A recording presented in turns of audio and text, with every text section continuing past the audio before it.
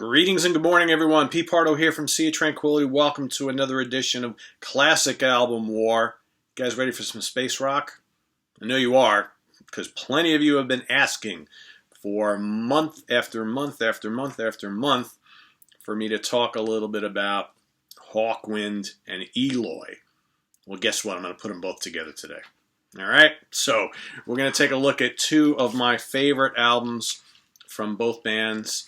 I think, for most fans of the genre, whether it be space rock or prog, or these two bands in particular, these albums generally are mentioned at the top of the list. All right, and while neither album was a huge seller to the mainstream, to people in the know, these are considered classics by many, right? So one's from 75, one's from 77. All right, we're going to start with first Hawkwind Warrior, On the Edge of Time from 1975, and its combatant today is Eloy Ocean. All right, so you've got a band from the UK, a band from Germany, both fine for what they've done over the years. Okay, a lot of great albums by both bands. These guys kind of Hawkwind mixed. At the time, there was no such term as space rock. So basically what Hawkwind was doing was mixing like psychedelia and free jazz and hard rock into this kind of weird-ass sound that was like nothing anyone had ever heard before, while Eloy kind of started out as like a heavy blues rock band and also injecting elements of psychedelia and heavy rock. Okay, you could even call a couple of those early Eloy albums maybe little proto-metal sounds and spots. They were doing kind of this like Deep Purple thing, heavy Hammond organ and guitar, and then all of a sudden they started using like all these different kind of synthesizers and creating this really kind of spacey, proggy sound, influenced a bit by, Pink Floyd, the Dark Side of the Moon, Wish You Were Here Animals era, so to speak, and then you've got, this wonderful album, Ocean, Silent Cries and Mighty Echoes, really kind of cool, otherworldly sounds from Eloy. Long tracks and extended instrumental passages and lots of atmosphere, plenty of, analog keyboards. And so, both bands, Hawkwind were considered more of kind of like a hippie band, whereas these guys definitely fit that whole kind of like prog rock, space rock type of thing. But, some similarities, but not. Both these bands sound very different, but they both created music that was, out there, so to speak, right? Probably a little more refined on the Eloy side, but just, something about the music of Hawkwind that's always been appealing to me, right? So let's get started. First of all, Warrior on the Edge of Time. So this comes on the heels of a couple of other strong albums by the band. This is probably at a point where Hawkwind were probably at their most prolific as far as like album sales and touring. They were really starting to get a little more well-known right about this time, even though the band had been kind of doing their thing since the late 60s, but it wasn't until 72, 73 where they started to get more well-known. Okay, of course, their Space Ritual live album brought a lot of attention to the band. Subsequent studio albums, did fairly well. And they're still doing it today. A million different lineup changes over the years. But the music of the band was always kind of the focus and fairly consistent throughout. A lot of really good Hawkwind albums. Some kind of middle of the road, but almost all of them have plenty of material that you can look forward to and enjoy. So on this album, kicks off with the wonderful Assault and Battery / The Golden Boy, tracks 1 and 2. It's like a part 1 and part 2. Doesn't get much better than that. Creepy, ominous, spacey, bleeping synths and, atmospheric passages and the throbbing bass of Lemmy. That's right, that Lemmy from Motorhead. He was in Hawkwind before forming Motorhead. That moves into the wizard blew his horn.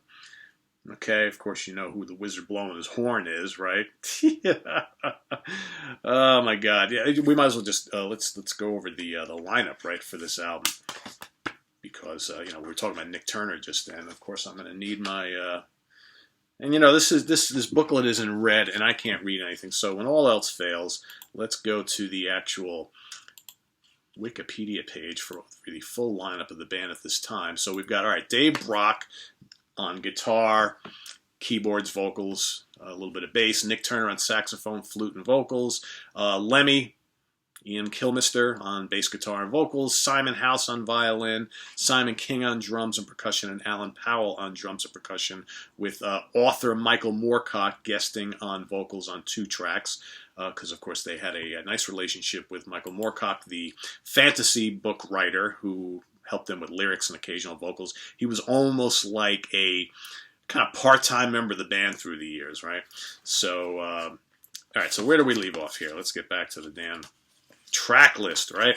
So, Opa Loca, one of my favorite tunes on the album. Again, I love that, just kind of like, you know, Hawkwind's so hard to describe their music. It's kind of, you know, it's got lots of grooves, it's pulsating, it's throbby. Then you got all the synth washes and the mellotron, all this kind of stuff kind of floating around. The kind of hard rock riffs, you know, at times the riffs are pretty heavy.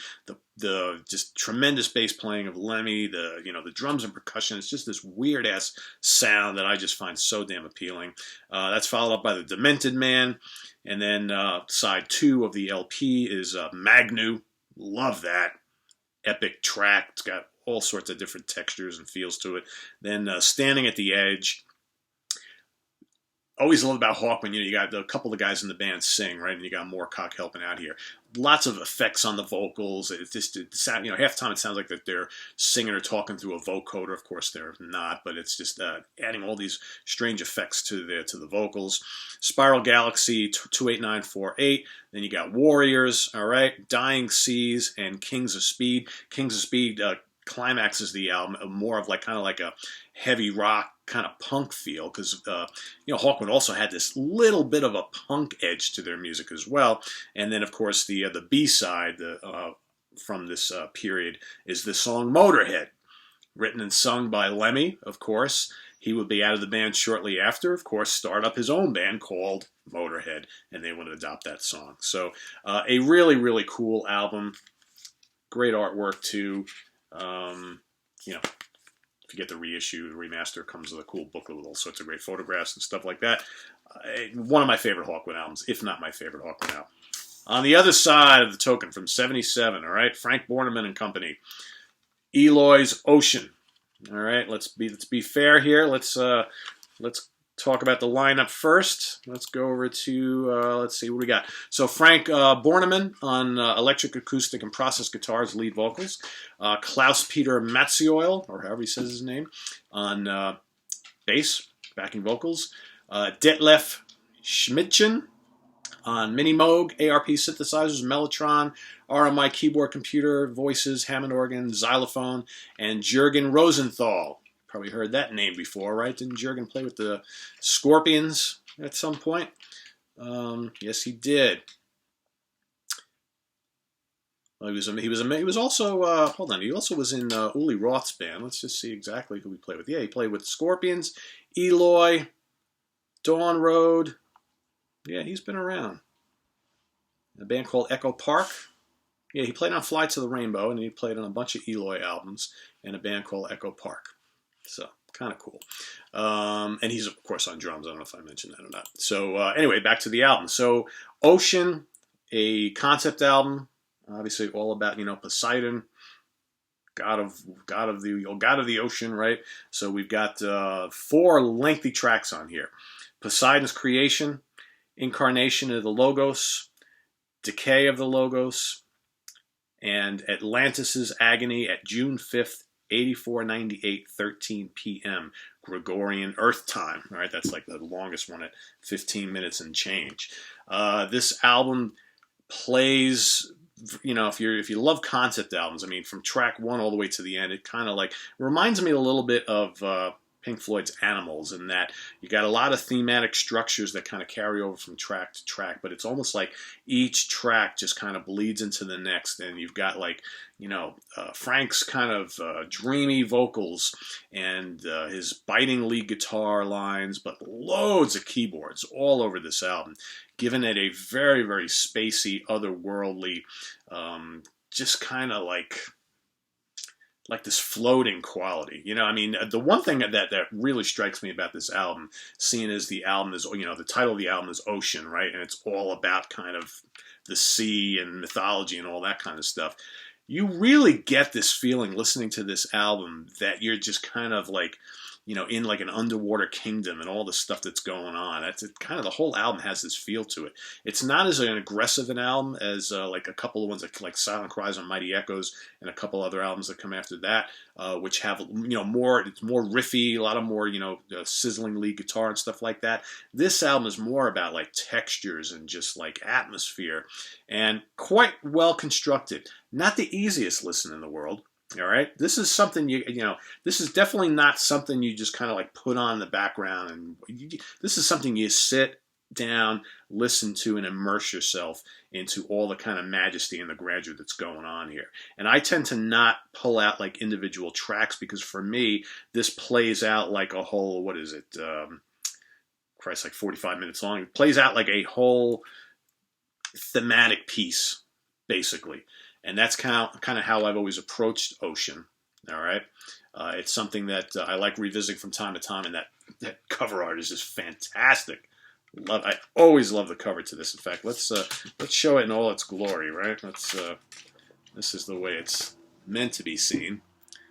Love it. If you haven't listened to Eloy and you love classic, great album cover art, man, most of those Eloy albums, especially the early ones, even the more recent ones, have fantastic cover art. And this is just one of them, probably one of my favorites. So, 2 albums, fairly different, okay? Still both kind of permeate in that kind of space rock prog type of thing. Which one do I like better? Well, I love them really. I love them both. I love them for different reasons. I would say though, I reach for this one more often. I'm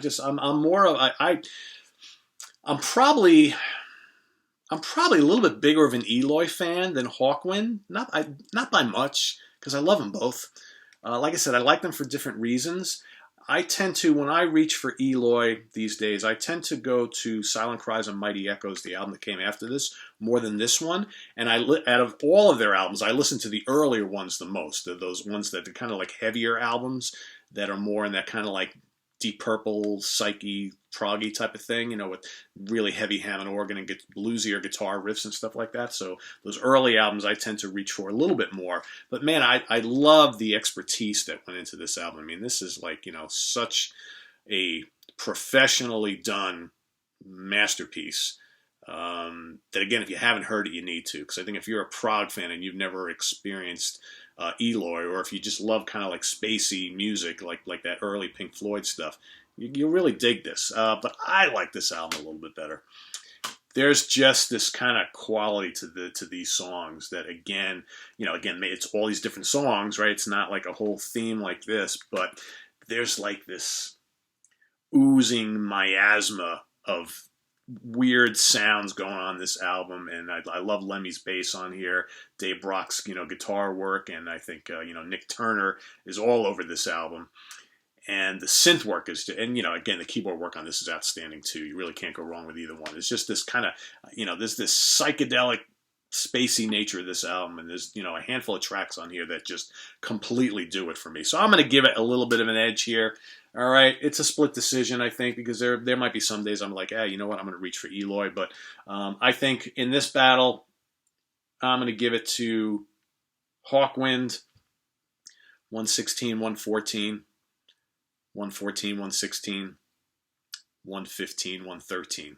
They are going to win it by a hair. It's a close battle, but you know what? There's no losers here. Both albums are really damn good.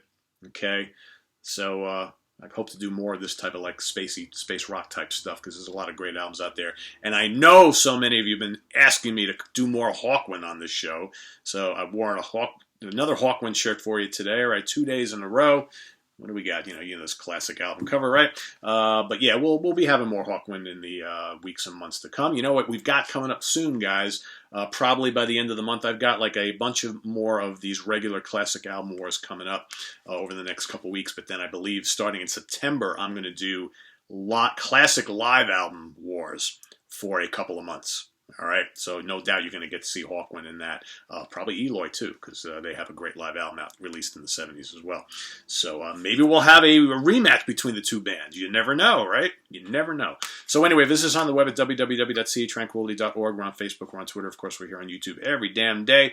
Don't touch that dial. We got a lot of content coming up today. We've got a top 10 song show coming at you next. I've also got a new product show or two. We got some Renaissance reissues and remasters and some other great new stuff, the new Magic Pi, all sorts of good stuff coming up. So don't touch that dial. We're coming at you live real soon. Take care. Bye-bye.